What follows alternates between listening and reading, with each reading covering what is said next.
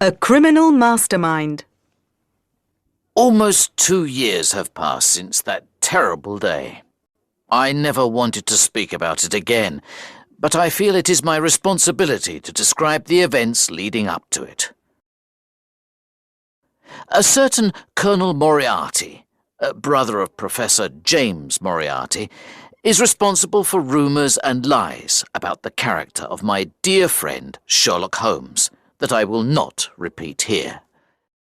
I am the only one who knows what happened between Sherlock Holmes and Professor Moriarty, and it is time that the world knew the truth. I still visited 221B Baker Street from time to time when Holmes wanted a companion to help him with his investigations, but not as often as before. In the final year of my visits, Holmes spent more and more time alone.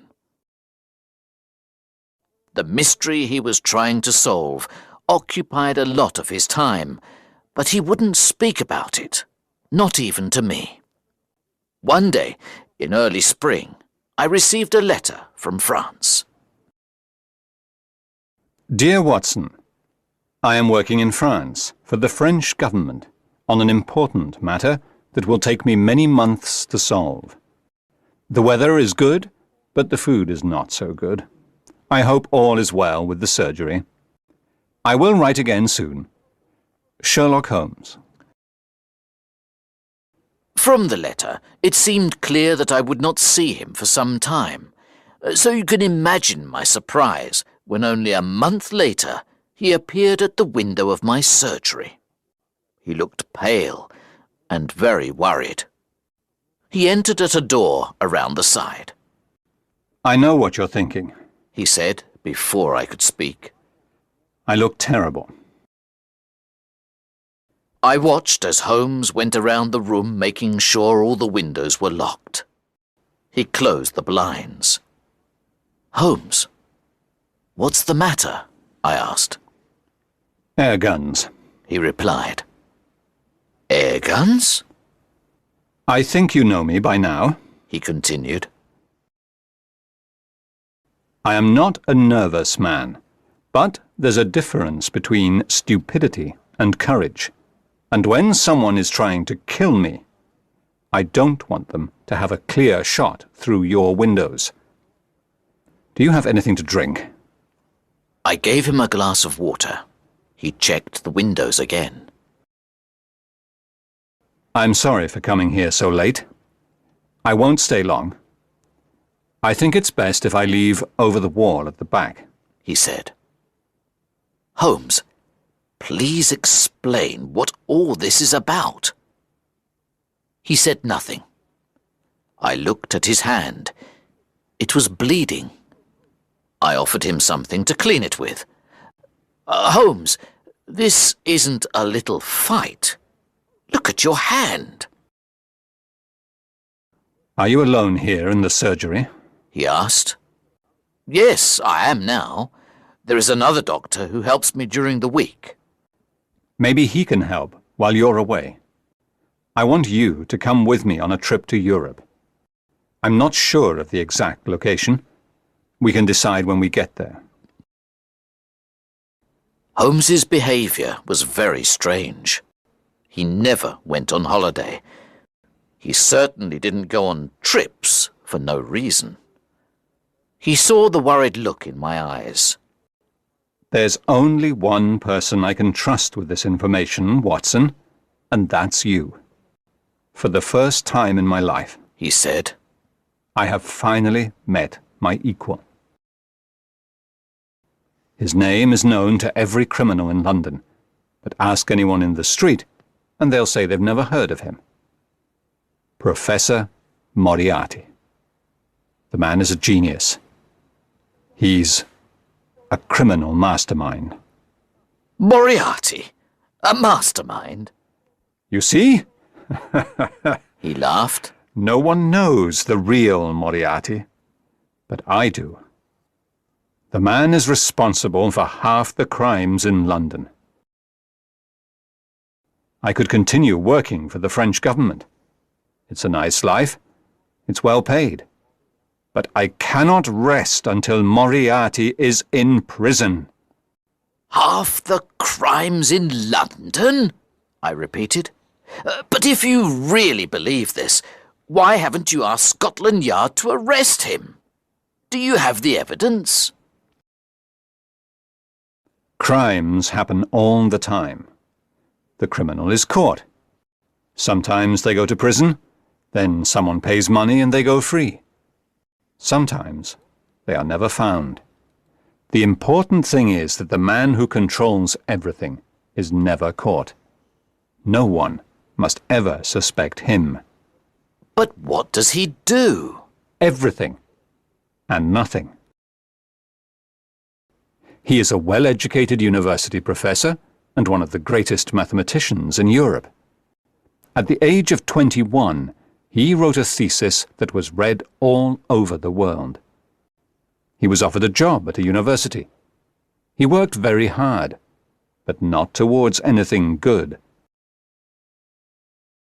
He moved to London, where he has chosen to use his extraordinary brain for a life of crime.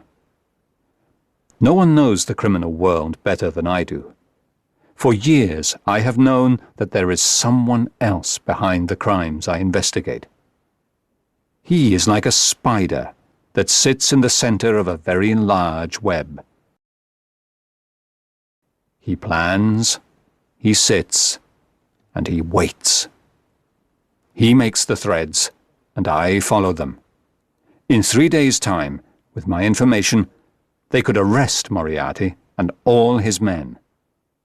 But if I take one step in the wrong direction, then all my work counts for nothing. I was sitting in my chair, thinking about a case this morning, when a man walked into my room. I knew him immediately. His forehead was high, his skin was pale, and his shoulders were round from the time spent in his study. His eyes were so dark, I couldn't read the slightest emotion in them. He observed me with simple curiosity, as his head moved from side to side, like a snake. "You're not as intelligent as I thought," he said. "Don't you know it's dangerous to keep a loaded gun in your pocket?" I took out the gun that was in my pocket and put it on the table, but I kept my fingers close to it. "You know who I am," he hissed softly. "If you have something to tell me, Professor Moriarty, I am free for around 5 minutes," I replied. A narrow escape. Holmes moved around the room restlessly. And what happened next? I asked. Moriarty asked me if I would continue with my investigations. I told him he already knew the answer. "Then you know mine," he replied. He put his hand in his pocket. I placed my fingers on the gun on the table, but instead of a gun, he took out a notebook and read aloud. "On the 4th of January, you passed me in the street. On the 23rd of January, you were in my way. In the middle of February, you were causing me problems. By the end of March, I had to change my plans. Now I find, a month later, that you are trying to take my freedom from me. We both know that this cannot continue." "You're right," I said. "It won't continue. Give me 3 more days, and it will end." "You're an interesting opponent, Holmes. I don't know what I'd do without you. I'd be quite bored. You're smiling, but I'm telling you the truth.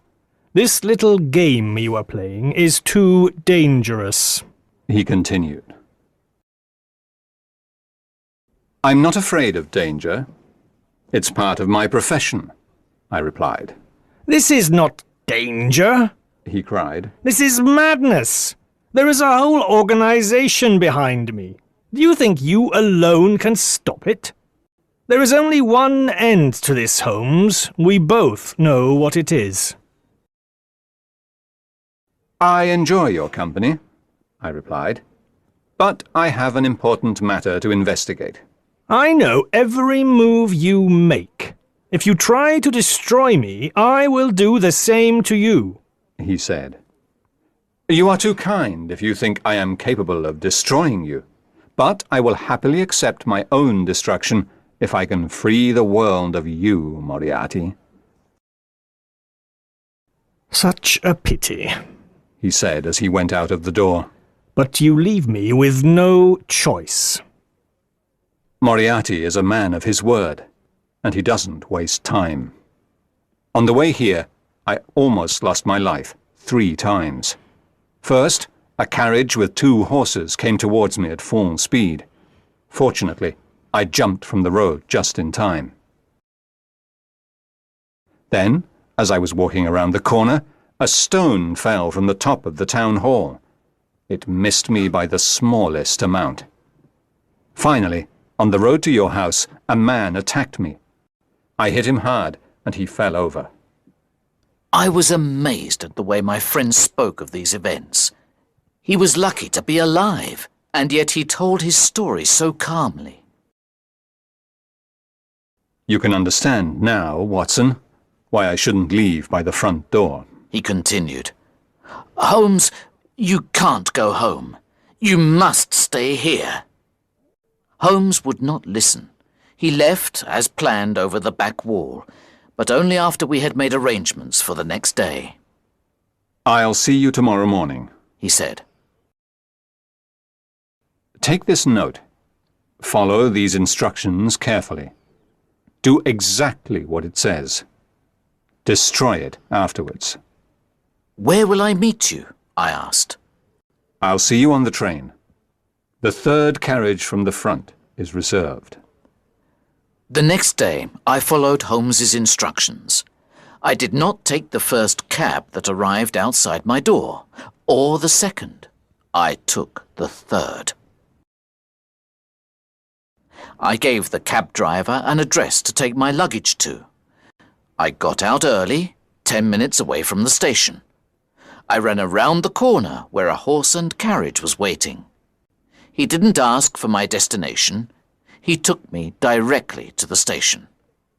When I arrived, I was just in time for the express train that connects with the ferry to France. I ran as fast as I could, and I saw a porter taking my luggage to a carriage. There was a reserved sign on the window, and I got in. There was a man in the carriage, but it wasn't Holmes. It was a priest. I was confused. Holmes said the carriage was only reserved for us. I sat down, and the train left the station. Where was Holmes? After last night's events, I was very worried for my friend's safety. Then the priest spoke. It's good manners to say, "Good morning, Watson." Within moments, I realized that Holmes, disguised as a priest, was sitting before me in the carriage. We must be careful. There's Moriarty now, he added. I looked out of the window and saw a man running towards the train, shouting angrily at the guard. I could see his large forehead and small dark eyes in the distance. Holmes smiled, sat down, and took out a newspaper. Holmes, this can't continue. Tell the police they have to arrest Moriarty. They can hold him until you have all the evidence they need. No, replied Holmes. There are too many fish in this net, and I intend to catch them all. Now, we must plan what to do next. Moriarty will soon catch the train. How? I asked. This is the express train. There aren't any faster trains. Think, Watson, sighed Holmes. Moriarty is as intelligent as I am. Imagine I'm Moriarty. What would I do? You could hire a private train, Precisely. 55 minutes later, the train stopped at a station. Quick, Said Holmes. we're getting off here. What about our bags? I asked. They'll arrive in Paris, where one of Moriarty's men will wait for us to come and collect them. We won't be there, of course, because we're getting a ferry to Belgium. We'll buy new bags and new clothes on the way. We jumped off the train. Holmes pulled me to the ground and we hid behind some bags on the platform. I watched as the train left and our own luggage disappeared. At that same moment, another train passed by on another platform, going at full speed. A man looked out of the window. We saw the face of Professor Moriarty. We guessed his plan. Said Holmes. We're lucky. He didn't guess mine. The Reichenbach Falls. On the third day of our travels in Europe, Holmes sent a telegram to the police. Later that evening, he received a reply. I knew it! He cried. Have they caught Moriarty? I asked. He shook his head. He has escaped. You should return to England, Watson. Moriarty will try to find me. No, I said. I'm going to come with you. We discussed the matter for over an hour until Holmes became bored and agreed that I could stay. Holmes decided it was best for us to walk from France into Switzerland with the help of a local guide. One day, after days of walking, we sat down on a pretty area of grass to eat. I looked up and saw a huge rock falling from the top of the mountain towards us. I jumped out of the way and pushed Holmes to one side. I was surprised the guide didn't try to help. He told us coldly that rocks often fell from the mountain. It was wise to be careful. Who's there? I cried. I ran up the hill, but there was no sign of anyone. Holmes decided to change our plans. We took a different route into Switzerland, and we left our guide. Finally, we crossed over the Alps. We arrived at a small village where we rested at the guest house. The owner spoke good English. He knew London well from his time there in one of the city's finest hotels. He told us about the sights in the area. You really must go and see the Reichenbach Falls, He said. They are a beautiful sight at this time of year. You should stay another night. We said we had no plans to stay longer, and that we would continue to the next village of Rosenlaui. But Holmes agreed that we should see the falls first, as we weren't far away. After more than an hour along a steep, narrow path, we heard the falls. The water from the melted snow from the mountains fell into the depths below with a sound like thunder. The path ended at the waterfall. The only way back was along the same path we came. Smoke seemed to rise from the black rock at the bottom, like a cauldron. I shouted to Holmes, who was at the end of the path. I heard the echo of my voice from the bottom of the falls. We rested on a rock near the falls to admire the view. Soon after, a young Swiss boy came running towards us with a note in his hand. Herr Doctor! He shouted to me. He handed me the note. It was written in English. A young English woman is very ill. We think she is dying, but she doesn't speak any German. We need an English doctor to come quickly before it's too late. Holmes agreed he would continue to Rosenlaui with the Swiss boy as a guide. I would find another guide and see him later. I went back down the hill as quickly as I could to see the poor woman. Where's the patient? I asked. I hope she's not worse. What do you mean? The guest house owner asked. I handed him the note written on hotel paper. Didn't you write this? I asked. No, He said. this is very strange. Can you remember anyone asking you for paper? Not long before you left, a well-educated Englishman came here. I didn't wait to hear any more because I knew the rest. When I was coming down the path to the hotel, I remembered seeing a man on the other side of the hill walking up towards the falls. He was tall and thin, and I ran back up the path, but it took longer to go up than to come down. When I arrived, Holmes wasn't there. My worst fear was true. There wasn't a sick English lady. It was all a lie, so that I would leave Holmes. I tried to think what Holmes would do. It didn't take long to find out what happened. The sight of Holmes's walking stick against a rock nearby told me that his journey went no further than the end of the path by the waterfall. There were no footprints returning back towards the path.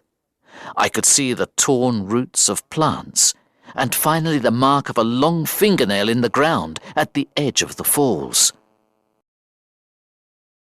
I looked over into the black water beneath and shouted as loudly as I could, "Holmes! Sherlock Holmes! Sherlock Holmes!" came the echo of my own voice. I shouted again, but it was no good. In that cauldron was one of the world's most dangerous criminals, and in my stomach I knew my friend and one of the world's greatest detectives was with him until the end. Then, on the rock next to the walking stick, I saw a small silver case. I picked it up. There was a note inside. It read, I am grateful to Professor Moriarty for giving me this opportunity to write to you. Now I will finally defeat one of the world's greatest criminals. Tell everyone the news. The police have all the information they need. I have left a file with my brother, Mycroft.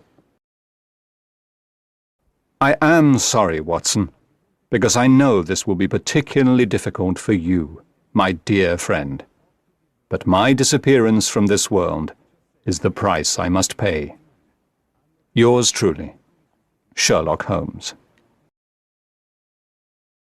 Then I understood the guide was paid by Moriarty, and Holmes was left alone for the final battle with Moriarty, which ended, so the local police say, with both men falling to their deaths in the falls. The information Holmes left with the police was enough to send most of Moriarty's men to jail, but little was ever said of their leader, which is why I feel it is my duty to speak of it now.